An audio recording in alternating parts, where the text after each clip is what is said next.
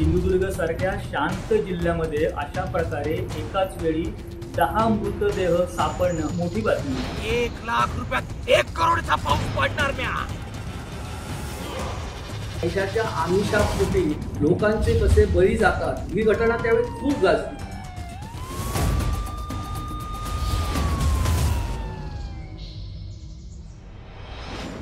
माणसाला जर एखाद्या गोष्टीचं आमिष दाखवलं तर त्याची सतसत विवेक बुद्धी तो बाजूला ठेवून त्या आमिषाला बळी पडतो आणि मग कधीकधी यातूनच घडतो माणुसकीला काळीमा फासणारा एक विकृत गुन्हा।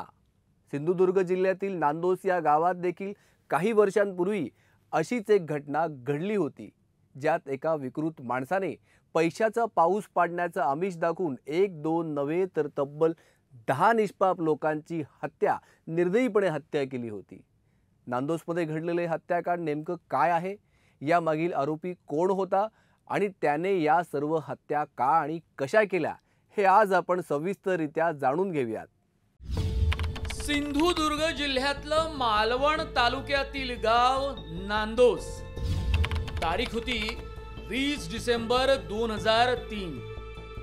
या दिवशी अतिशय निसर्गरम्य असणाऱ्या नांदोस गावात सूर्य उगवला, तो एका हादरवून सोडणाऱ्या बातमीसह।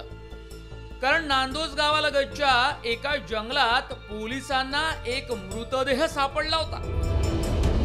त्यामुळे पोलीस घटनास्थळाची पाहणी करत होते आणि जंगलात फक्त एक मृतदेह सापडला असल्यामुळे पोलिसांना ही घटना फारशी किचकट वाटत नव्हती। कारण एखाद्या वादातून या व्यक्तीची हत्या झाली असावी असा पोलिसांचा सुरुवातीला अंदाज होता। त्यामुळे पोलीस त्यांच्या अपेक्षेप्रमाणे या घटने संबंधित आवश्यक माहिती गोळा करण्यासाठी त्या जागेचा पंचनामा करत होते। आणि त्याच वेळी पोलिसांना त्या ठिकाणी आणखी एक मृतदेह सापडला आणि त्यानंतर त्याच परिसरात एक एक करून अजून 7 मृतदेह पोलिसांच्या हाती लागले। अचानक सापडलेले हे 7 मृतदेह पाहून पोलीस अक्षरशः चक्रावून गेले होते। हा सगळा प्रकार नेमका काय आहे, हा प्रश्न त्यांच्या मनात घोळू लागला होता। नांदोस सारख्या निसर्गरम्य आणि शांत गावात तब्बल 7 मृतदेह सापडणं ही गोष्ट फारच थरकाप उडवणारी होती। बघता बघता ही बातमी संपूर्ण गावात पसरली आणि घटनास्थळी लोकांची प्रचंड गर्दी जमा झाली। 7ही मृतदेह पोलिसांनी स्वतःच्या ताब्यात घेऊन शोध कार्य थांबवलं, कारण अंधार सर्वत्र पसरला होता। म्हणून दुसऱ्या दिवशी पहाटे पोलिसांनी पुन्हा शोध कार्याला सुरुवात केली, तेव्हा पोलिसांना या जंगलात आणखी 3 मृतदेह सापडले। त्यामुळे नांदोस गावालगतच्या या जंगलात सापडलेल्या मृतदेहांची संख्या एकूण 10 झाली होती। जंगलात सापडलेले 10 मृतदेह पाहून पोलीस अक्षरशः चक्रावून गेले होते आणि या घटनेमुळे नांदोस गावात देखील प्रचंड भीतीचं वातावरण निर्माण झालं होतं। प्रत्येकाच्या मनात एकच प्रश्न होता, तो म्हणजे गावानजीकच्या या जंगलात गेल्या काही महिन्यांपासून नक्की काय आणि का घडतंय। जो नांदोसचा डोंगर आहे हा वर पूर्णपणे फ्लॅट आहे आणि चारी बाजूने त्याला असा डोंगर आहे। तर त्या ठिकाणी सर्चिंग केले असता पोलिसांनी अजून एक मृतदेह सापडला। म्हणजे आम्हीच असताना तिथं पुढे आम्ही चालत चालत गेलो तर एका खडकाच्या बाजूला मृतदेह पडलेला होता। तो जराही त्याची म्हणजे त्याला वास येत नव्हता। त्याचा मर्डर होऊन बरेच दिवस जरी झालेले असले तरी सुटा बुटा अगदी इन केलेला शर्ट, त्याला बेल्ट वगैरे, पायात बूट, अशा परिस्थितीत तो खडकाच्या बाजूला पडलेला होता। तो आम्हाला दिसला, म्हणजे तो 4था मृतदेह होता। त्याच्यानंतर मग आमच्या लक्षात आलं की अजूनही असू शकतं। त्यानुसार पोलिसांनी सर्चिंग केलं। सर्चिंगमध्ये अजूनही एक असे मृतदेह सापडायला लागले आणि जवळपास 8 मृतदेह त्या दिवशी आणि दुसऱ्या दिवशी म्हणून 8 मृतदेह सापडले। त्याच्यानंतर अजून पोलिसांनी तपास केला असता दुसऱ्या की तिसऱ्या दिवशी अजून 2 मृतदेह डोंगराच्या दुसऱ्या बाजूला 2 मिळाले। अशा प्रकारे एकूण 10 मृतदेह सापडले. 20 डिसेंबर 2003च्या त्या दिवशी नांदोस गावात एकामागून एक 10 मृतदेह सापडले आणि बघता बघता ही खबर संपूर्ण महाराष्ट्रात पसरली. नांदोस गावात त्यावेळी अत्यंत भीतीचं वातावरण पसरलेलं होतं, कारण 10 मृतदेह एकाच ठिकाणी आढळणं ही बाब काही साधीसुधी नव्हती. आणि म्हणूनच या घटनेसंबंधित काही प्रश्न लोकांच्या मनात देखील निर्माण होऊ लागले होते. त्यापैकीच एक सर्वात महत्त्वाचा प्रश्न म्हणजे या हत्या नेमक्या कोणी आणि का केल्या. नांदोस गावाजवळील एका जंगलात एकूण 10 मृतदेह सापडल्यानं महाराष्ट्रात सर्वत्र खळबळ माजली होती. त्यामुळे लवकरात लवकर या घटनेचा सोक्षमोक्ष लावण्यासाठी पोलिसांनी देखील आपली कंबर कसली होती.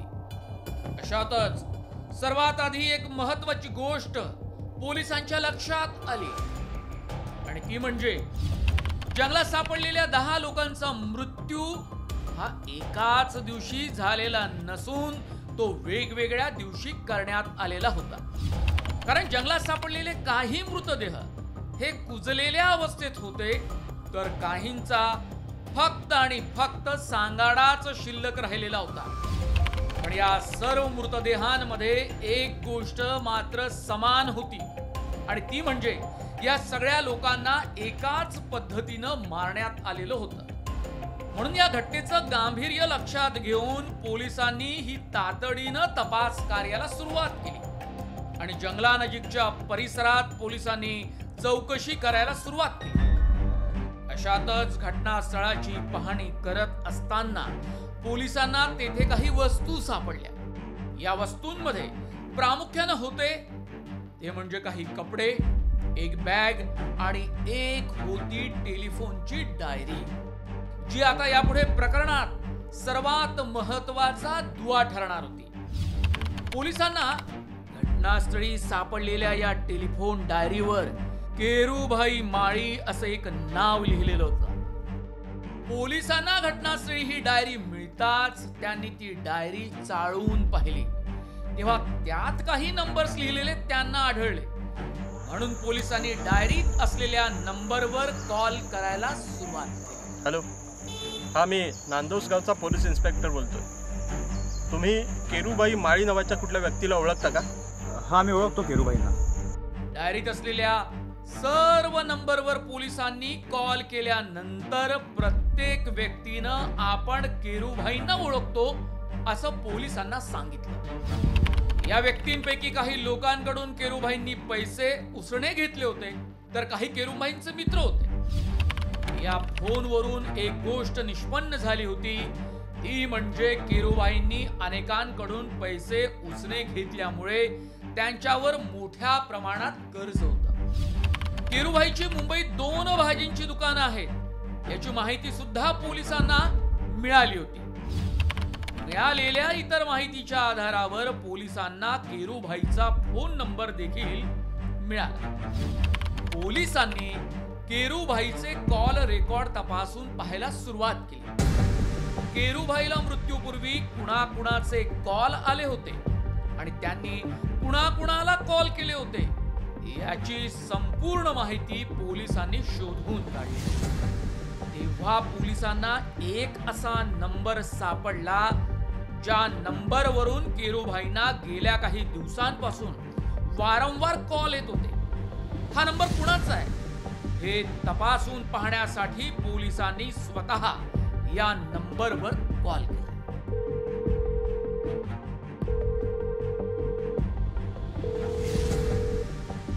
हॅलो, मी पोलीस स्टेशन मधून बोलतोय. तुम्ही कोणत्या केरूबाई नावाच्या माणसाला ओळखता का? कोण केरूबाई? नाही साहेब, मी कोण केरूबाई वगैरे नाही ओळखत साहेब. त्यांच्या कॉलेज मध्ये तुमचा नंबर सापडलाय मला. ते हा साहेब, ते मी LIC एजंट आहे ना साहेब. मे बी माझे ते क्लायंट असतील साहेब, म्हणून त्यांच्या फोन लिस्टमध्ये माझा नंबर असेल साहेब. बाकी मी नाही ओळखत त्यांना. बरं बरं, ठीक आहे. हां,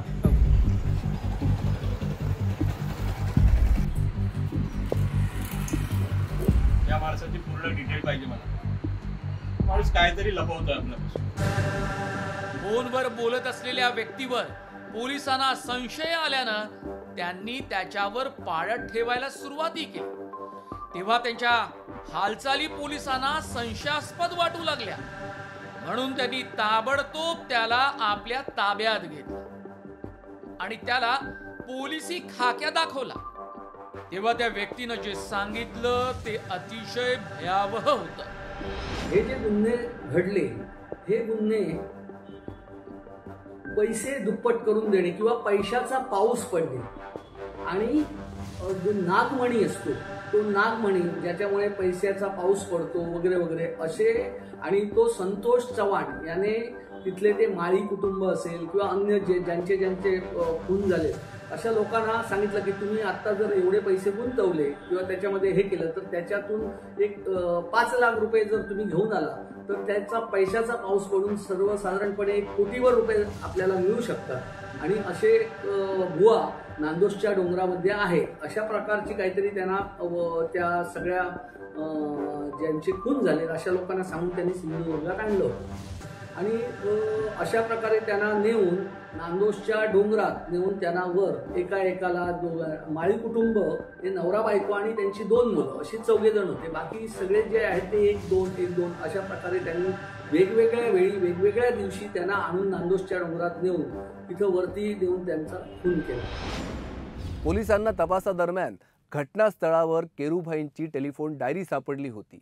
याच डायरीमुळे हळूहळू या हत्या सत्राशी जोडले गेलेले धागेदोरे पोलिसांना सापडायला सुरुवात झाली आणि मग पोलिसांनी स्वतःला LIC एजंट म्हणवणाऱ्या त्या संशयित व्यक्तीला आपल्या ताब्यात घेतलं आणि त्यानंतर या हत्याकांडाशी जोडल्या गेलेल्या आणखी 6 आरोपींना पकडण्यात पोलिसांना यश मिळालं. ताब्यात घेतलेल्या या 6 आरोपींपैकीच एक होता संतोष चव्हाण. हाच संतोष चव्हाण या प्रकरणातील मुख्य आरोपी आणि टोळीचा म्होरक्या होता. नांदोस हत्या सत्रातील मुख्य आरोपी होता संतोष चव्हाण. संतोषच्या घरची परिस्थिती अतिशय बेताची होती. त्यामुळे लहानपणापासूनच तो त्याच्या मामाकडेच लहानाचा मोठा झाला. संतोष चव्हाणला फार पूर्वीपासून तंत्रविद्येचा नाद होता, म्हणूनच तो कायम तंत्रविद्येशी संबंधित काहीतरी जाणून घ्यायचा सातत्यानं प्रयत्न करायचा. संतोष चव्हाण हा पूर्वी रामजी बाबा नावाच्या एका मांत्रिकाच्या संपर्कात होता. काही काळ संतोषनं या रामजी बाबाच्या आश्रमात राहून त्याची सेवा देखील केली होती. तेव्हा रामजी बाबा हा भोंदू बाबा असून तो लोकांना फसवून त्याच्याकडून लाखो रुपये कमावतो हे संतोषच्या लक्षात आलं आणि म्हणून रामजी बाबा प्रमाणे आपण देखील बुवाबाजी करून पैसे कमावूया असं संतोषला मनातल्या मनात वाटूही लागलं होतं. आणि अशातच एके दिवशी मनात ठरवल्याप्रमाणे त्यानं बुवाबाजीचा व्यवसाय सुरू करण्यासाठी आपली कंबर कसली. तेव्हा बुवाबाजीतून चिक्कार पैसा कमावता येईल हा एकच विचार त्याच्या मनात सारखा घोळत होता आणि हाच विचार घेऊन तो गावाकडे आला आणि सगळ्यांना सांगू लागला की पोराव, रामजी बाबाकडनं तंत्रमंत्र विद्या शिकून आलोय मी. आता तुम्हासनी फक्त एकच करायचं आहे. काय? लोकांनी आपल्याकडे घेऊन यायचं, त्यांना फूस लावायची का यो बाबा लय मोठा मांत्रिक बाबा आहे, तरच आपण पैसे कमवू शकतो. भोंदूगिरीच्या या कामाला सुरुवात करण्याआधी संतोषनं त्याच्या काही मित्रांना सुद्धा हाताशी धरले आणि आता यापुढे हे मित्र संतोषच्या बाबागिरीचा सगळीकडे प्रचार करणार होते. बघता बघता संतोषचा हा प्लान आकार घेऊ लागला आणि लोक त्याच्या समस्या घेऊन त्याच्याकडे येऊही लागले. त्यामुळे संतोष या भोंदूगिरीतून आता चांगलेच पैसे कमावू लागला. पण संतोषची ही भोंदूगिरी फार काळ चालू शकली नाही, कारण लोकांच्या हे लक्षात येऊ लागलं होतं की संतोष हा खरा मांत्रिक नाही. त्यामुळे लोक त्याच्याकडे त्याचे पैसे परत मागू लागले. त्यामुळे संतोषला पुन्हा एकदा आता पैशांची चणचण भासायला सुरुवात झाली. अशातच संतोष बाबाच्या डोक्यात एक नवा प्लॅन आकार घेऊ लागला होता आणि त्यांना आपल्या सहकार्यांना या कामात सुद्धा सहभागी करून घेतलं. ए भिवड्या, एक ध्यानात ठेवायचं, ज्या माणसांना पैशांची चणचण आहे अशी माणसं हेरायची आणि त्यांना माझ्याकडे घेऊन यायचं आणि त्यांना सांगायचं, आमचा यो बाबा जेवढं पैसे देतील त्याच्या दुपटीनं पाऊस पाडतो. या पैशाचा पाऊस, कळलं काय रा? जेवढं पैसा आणतील त्याच्या दुपटीनं पैशांचा पाऊस. आणि एकदा का पैसा आपल्याला मिळालं त्यांचा गेम आणि जो कोण त्याचा पैसा मागल ना त्याचा बी नरडे दाबायचा, कळलं का रा? निघा निघा निघा, कामाला लागा. संतोषला पैसे कमावण्याची ही विकृत कल्पना सुचल्यानंतर पुढच्या काही काळातच त्याच्या संपर्कात केरूभाई माळी नावाचा एक गृहस्थ आला. केरूभाई तेव्हा आर्थिक अडचणीत असल्यामुळे ते संतोषच्या प्लॅन मध्ये सर्वात आधी बळी पडले. 1 लाख रुपयात 1 करोडचा पाऊस पडणार म्या. 1 लाख रुपयात 1 करोडचा पाऊस असा पडणार, म्या पडणार. या पौर्णिमेच्या रातच्याला 1 लाख रुपये आणशील ना? 1 लाख रुपयात मी 1 करोडचा पाऊस पडणार आहे. 1 लाख रुपयात 1 करोडचा पाऊस या पौर्णिमेच्या रातच्याला. चाल निघ निघ. आता संतोषचं हे बोलणं ऐकून केरूभाईंना आता त्यांच्या सगळ्या अडचणी संपतील असं वाटू लागलं. त्यामुळे केरूभाईंनी कसे तरी पैसे उसने घेऊन 4 लाखांची जोड केली आणि एके दिवशी 4 लाख रुपये घेऊन ते आपल्या कुटुंबांसह मुंबईहून मालवणला आले. मालवणला पोहोचताच केरूभाई तिथं एका लॉजवर आले. तिथे संतोष बाबा आणि त्याच्या साथीदारांनी केरूभाईंना आजचा दिवस चांगला आहे असं सांगून त्यांना जंगलात घेऊन गेले. संतोष बाबाचा एक साथीदार केरूभाईंना जंगलाच्या आडवाटेतून पुढे जंगलात घेऊन जाऊ लागला. काही वेळानंतर संतोष बाबा देखील केरूभाईंना जंगलात भेटला आणि मग सर्वजण एकत्रितपणे जंगलाच्या आतल्या बाजूला जाऊ लागले. जंगलात बराच वेळ चालत असल्यामुळे केरूभाईंना काहीसा थकवा जाणवू लागला होता. त्यामुळे त्यांची चालण्याची गती सुद्धा हळूहळू मंदावू लागली होती आणि मग काही अंतर चालल्यानंतर केरूभाई एका ठिकाणी बसतात. त्याच वेळी त्यांच्या मागे असलेले संतोष बाबाचे सहकारी या परिस्थितीचा फायदा घेऊन केरूभाईंना मागून घट्ट पकडतात आणि केरूभाईच्या डोक्यावर अतिशय निर्घृणपणे वार करू लागतात. या जीवघेण्या हल्ल्यात केरूभाईचा जागीच मृत्यू झाल्यानंतर केरूभाईंच्या पत्नी आणि त्यांच्या मुलांची देखील हत्या करण्यात आली. केरूभाई माळी आणि त्यांचं जे कुटुंब होतं तर त्यांचा जो मर्डर झाला, त्यांना जे मारलं गेलं तर ते पैशाच्या आमिषाने त्या ठिकाणी गेले होते. पैशाचा पाऊस पडतो आणि त्या बाबाकडे पैसे 10 पट 100 पट करायला गेले होते.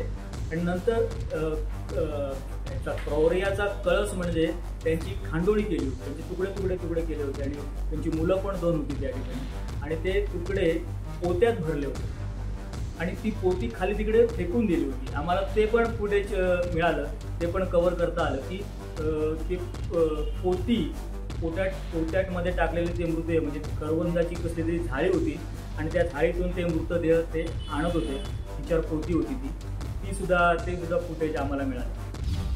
या घटनेत केरूभाई आणि त्यांच्या पत्नीसह त्यांच्या 2 लहान मुलांची अत्यंत निर्घृणपणे हत्या करण्यात आली होती. केरूभाईच्या संपूर्ण कुटुंबांची हत्या केल्यानंतर संतोष बाबा आणि त्याचे सर्व साथीदार तिथून पळून गेले. पैशाचा पाऊस पाडण्याचं आमिष दाखवून अशाच प्रकारे संतोषनं आणखी 6 लोकांची याच जंगलात हत्या केली होती.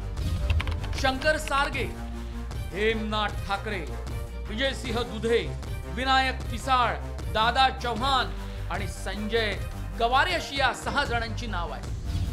या 6 जणांच्या हत्येनंतर संतोष आणि त्याच्या साथीदारांनी मिळून केरूभाई माळी आणि त्याच्या कुटुंबाची हत्या केली. संतोष आणि त्याच्या साथीदारांविरोधात कोर्टात पुरावे सादर करणं हे पोलिसांपुढचं मोठं आव्हान होतं.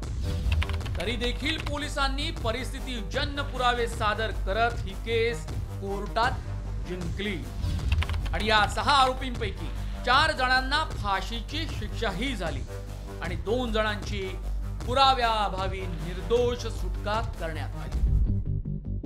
केरूभाई माळी यांच्या हत्येनंतर पुढचा 1 महिना या घटनेबद्दल कुणालाही काहीही माहिती नव्हतं. पण त्यानंतर 20 डिसेंबर 2003 ला काही लोकांना नांदोसच्या या जंगलात एक मृतदेह दिसल्यामुळे माणुसकीला काळीमा फासणारं हे हत्याकांड लोकांसमोर येऊ शकलं.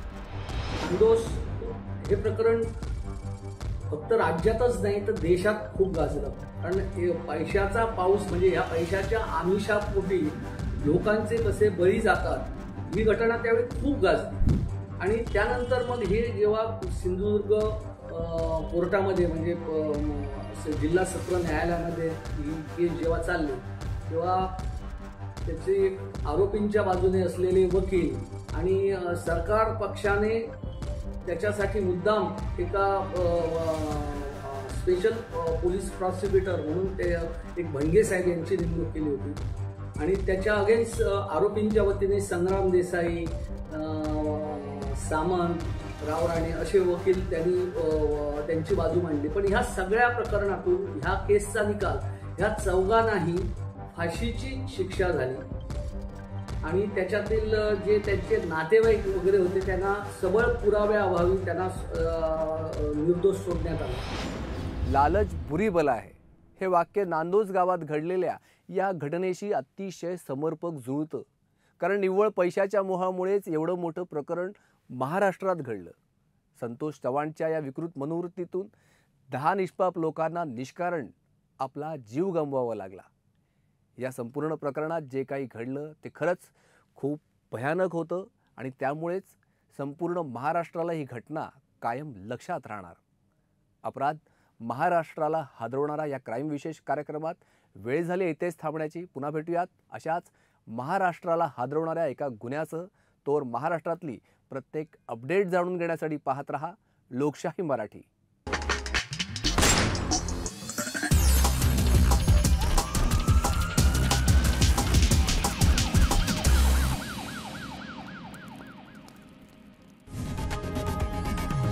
लोकशाही मराठी ऐका, पहा, जागरूक रहा.